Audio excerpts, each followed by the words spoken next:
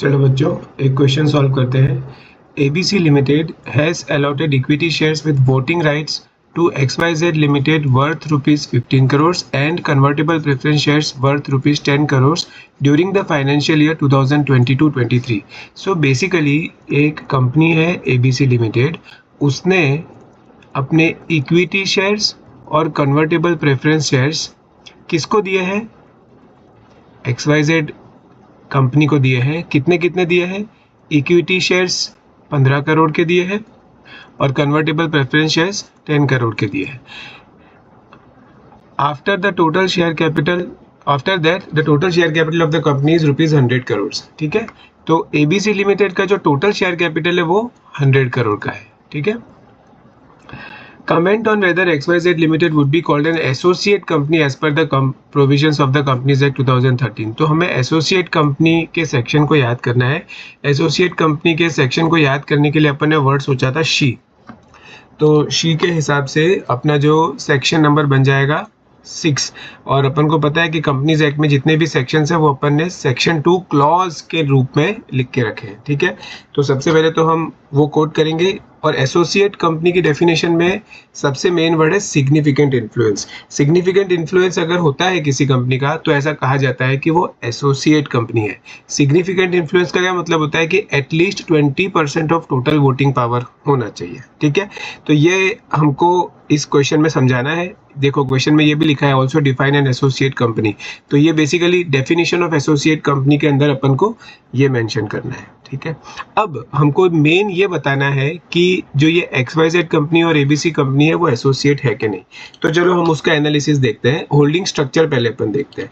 तो अगर सपोज करो, देखो इक्विटी शेयर कैपिटल होता है ना बेटा, इक्विटी शेयर कैपिटल तो विथ वोटिंग राइट ही होता है। Equity share capital is always with voting right।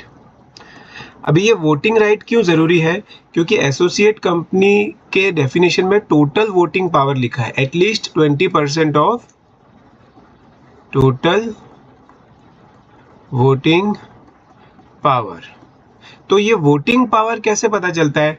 तो इक्विटी शेयर मतलब कि जिसके जिसके पास इक्विटी शेयर होगा उसको उसके पास वोटिंग पावर होगा।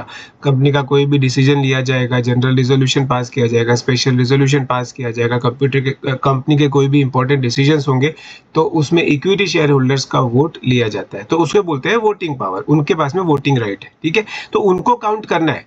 पर दिक्कत यह है कि जो ये कन्वर्टेबल प्रेफरेंस शेयर्स हैं उनका क्या उनके पास वोटिंग पावर है कि नहीं है? तो हमें ये दोनों की ही सिचुएशन के हिसाब से आंसर देना है। तो मैंने क्या यहाँ पर 1 लिखा है रोमन लेटर में।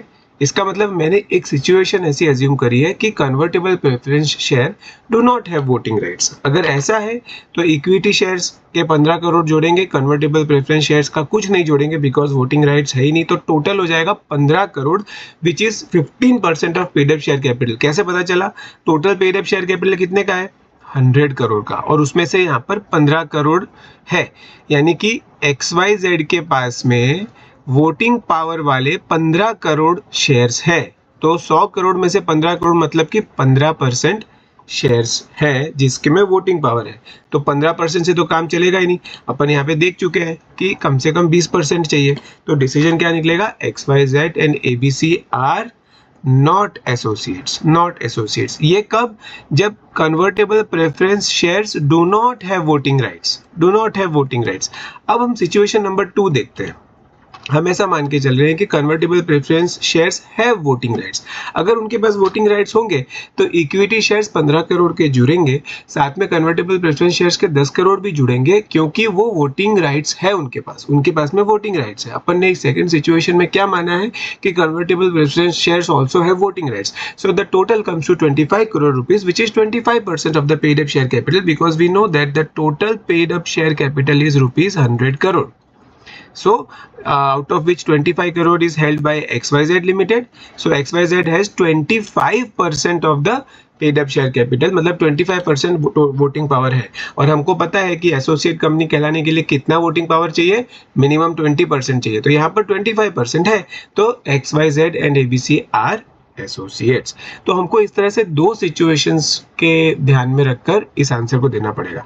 और बेटा ये चीज़ भी ध्यान रखो कि एग्जाम में कितनी बार एग्जामिनर आपकी ये सेंस भी टेस्ट करना चाहता है कि क्वेश्चन अगर किसी चीज़ को लेकर साइलेंट है, क्वेश्चन किसी चीज़ को लेकर अनक्लियर है, तो आप क्या डिसीजन लेते हो। आपको अपनी मर्जी से डिसीजन नहीं लेना है। अगर आपको दो पॉसिबिलिटीज दिख रही है तो आपको दोनों पॉसिबिलिटीज समझा देनी है। 4 मार्क का क्वेश्चन है तो आप समझ लीजिए कि इस हिसाब से है कि ये 2 मार्क के तो डेफिनेशन हो गई, 1 मार्क ये फर्स्ट पॉसिबिलिटी का और 1 मार्क ये सेकेंड पॉसिबिलिटी का। इस तरीके से इसको अपन समझ सकते हैं। इसका स्टैंडर्ड आंसर भी मैंने दिया है, वो भी आप प्लीज चेक कर लीजिएगा।